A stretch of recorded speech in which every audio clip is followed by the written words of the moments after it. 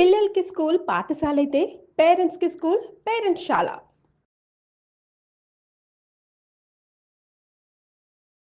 Welcome to Suman TV. ఈ రోజు మనతో పాటు ఆధ్యాత్మికవేత్త న్యూమరాలజిస్ట్ స్రవంతి గారు ఉన్నారు.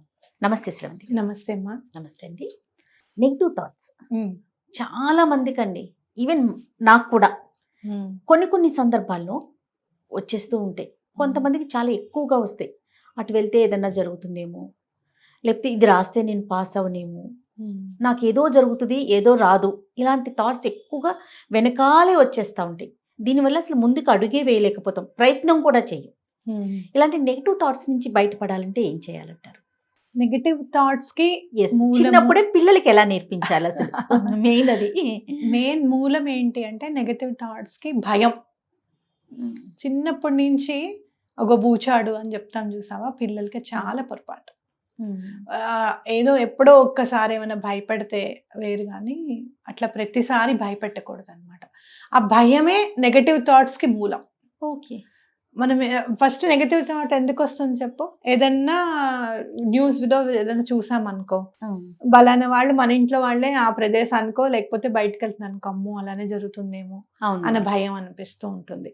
జనరల్ గా ఏదైనా లారీలో పెద్ద సీకులు ఉన్నాయనుకో, అమ్మో అవన్నీ గుచ్చేసుకుంటాయేమో మనకి, ఇలాంటివన్నీ స్కిడ్ అయిపోతుందేమో బండి, ఇట్లాంటివన్నీ కూడా దేనికి అని అంటే భయం అన్నమాట.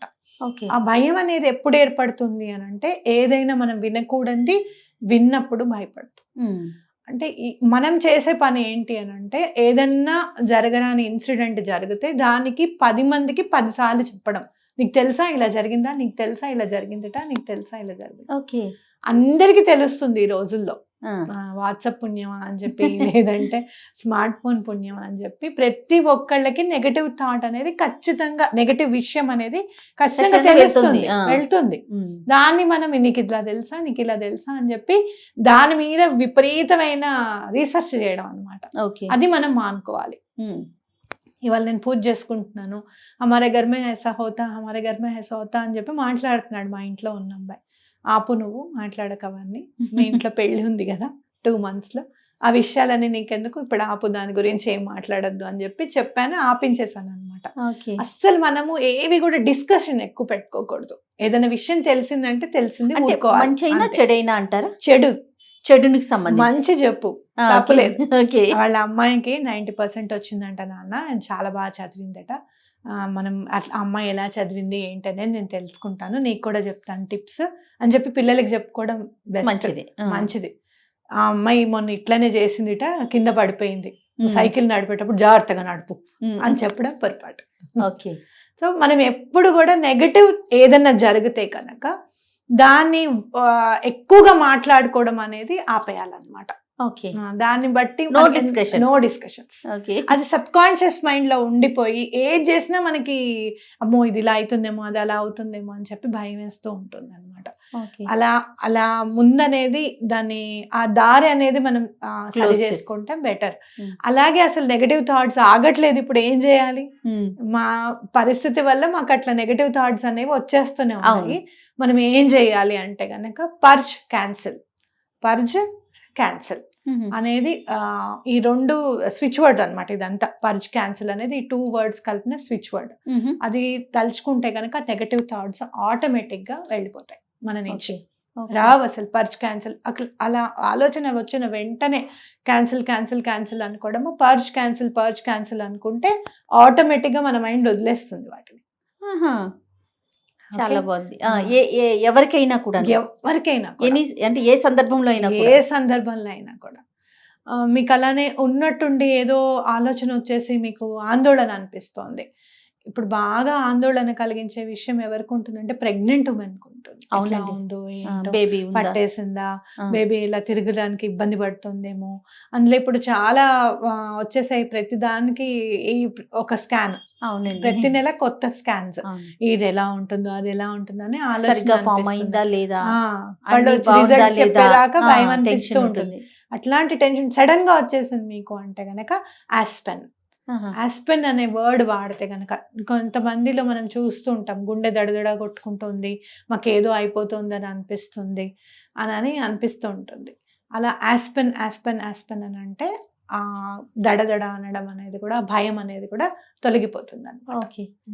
ఈ స్విచ్ వర్డ్స్ మనం యూస్ చేసుకుంటే చాలా బెటర్. ఓకే. పిల్లల్లో ఆ భయాన్ని పోగొట్టాలంటే ఏం చేయాలి? నెగిటివ్ థాట్ని, అంటే నేను బాగా చదివాను కానీ నా మార్కులు రావేమో, నేను బాగా చదివాను నేను రాయలేకపోతానేమో, లేకపోతే ఈ జాబ్కి నేను ఇంటర్వ్యూని అటెంప్ట్ చేయలేకపోతానేమో, ఇట్లాంటి థాట్స్ కనిపిస్తూ ఉంటాయి కదండి. పిల్లలకి చిన్నప్పటి నుంచి ఎలా నేర్పించాలి? పిల్లలకి మీరు చూస్తే కనుక మా చిన్న పాప మొన్న ఒకటి చెప్పింది నాకు, నీకు తెలుసా నాకు మంచి మార్కులు వస్తాయి అని అనుకున్నప్పుడు ఆ రోజే నాకు సరైన మార్కులు రావట్లేదు, నేను బాగా రాయలేదు అని చెప్తాను కదా మా ఫ్రెండ్స్ కి, అప్పుడు 25కి 24 వచ్చేస్తున్నాయి.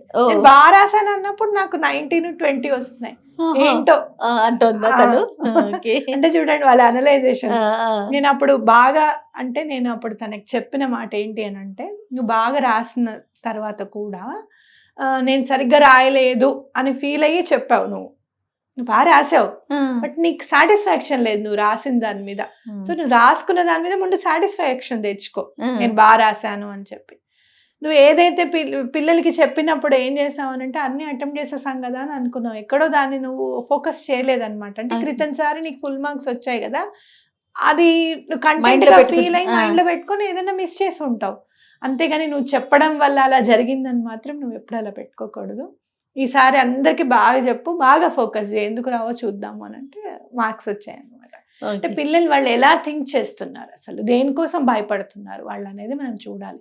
ఒక్కొక్కసారి ఏమవుతుంది అని అంటే, క్వశ్చన్ పేపర్ చూసిన తర్వాత, మా చిన్నప్పుడు కూడా నా ఫ్రెండ్స్ కూడా క్వశ్చన్ పేపర్ చూసిన ఏవి రాలేదు అనిపించదట వాళ్ళకి, చదువుకున్నవి కూడా.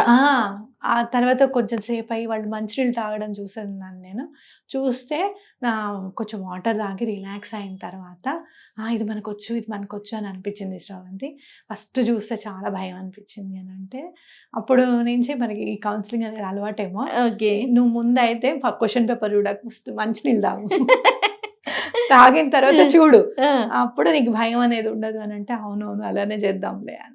ఇట్లా పిల్లలకి వెళ్ళేటప్పుడు కూడా మీరు ఏం చేస్తారు అని అంటే, ఫస్ట్ ఎగ్జామ్ ఇంకా రేపు అనగా మనం ఏదైతే చదువుకుంటామో ఒక్కొక్కసారి అవే క్వశ్చన్స్ రావడం కూడా మనం గమనిస్తాం. అవునవును. అంటే ఏంటంటే మన సబ్ కాన్షియస్ మైండ్ లో కొన్ని రిజిస్టర్ అయిపోయి ఉంటాయి, మేడం చెప్పినప్పుడు ఇది ఇంపార్టెంట్ అని చెప్పి. తప్పకుండా అవి ఏమి ఇంపార్టెంట్ అని చెప్పారు అనేది చూసుకోవడము. ప్రతిదీ కూడా పిల్లల దగ్గర మనం చేయాల్సింది ఏంటంటే, అసలు మదర్ టంగ్ లో వాళ్ళని ఆన్సర్ చెప్పమనడం, ఆ భయం పోతుంది.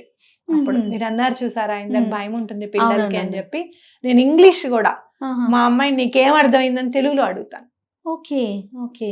ఏదో ఒకటి వచ్చిన భాషలో రాస్తారు కదా, అప్పుడు నీకేం అర్థమైంది దీనివల్ల అని అడిగితే దానికి సంబంధించింది, ఇప్పుడు మళ్ళా కాదు క్వశ్చన్ ఆన్సర్స్ కాదు, ఇప్పుడు పారాగ్రాఫ్ ఆన్సర్. అవునండి, వాళ్ళే ఓన్ గా ప్రిపేర్ చేయాలి, క్వశ్చన్ వీళ్ళే ఇచ్చుకోవాలి, ఆన్సర్ వాళ్ళే ఇచ్చుకోవాలి, అలా ఉన్నాయి కదా. సో ఆ పారాగ్రాఫ్ కి సంబంధించిన దాంట్లో వాళ్ళకి తొందరగా అర్థం చేసుకోవడానికి అనేది ఉంటుంది అనమాట.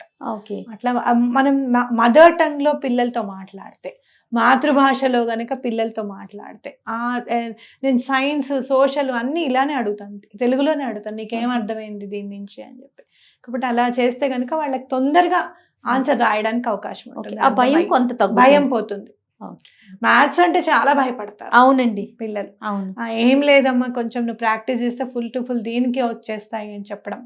అండ్ మోర్ ఓవర్ స్కూల్ నుంచి వచ్చిన తర్వాత ఎంత బిజీ షెడ్యూల్ ఉన్నా కూడా ఒక అరగంట కూర్చొని వాళ్ళతో చదివించడం, ఏమున్నాయి నీకు ఎగ్జామ్, బాగా అంటే పేరెంట్స్ సపోర్ట్ చేయడం, కూర్చొని మనం కూడా ఒక బుక్ చదువుకుంటూ వాళ్ళతో కూడా ఒక బుక్ చదివిస్తూ వాళ్ళ లెసన్స్ వాళ్ళని చదువుకోమంటే ఏ రోజు ఆ రోజు చదువుకుంటే ఈజీగా ఉంటుంది.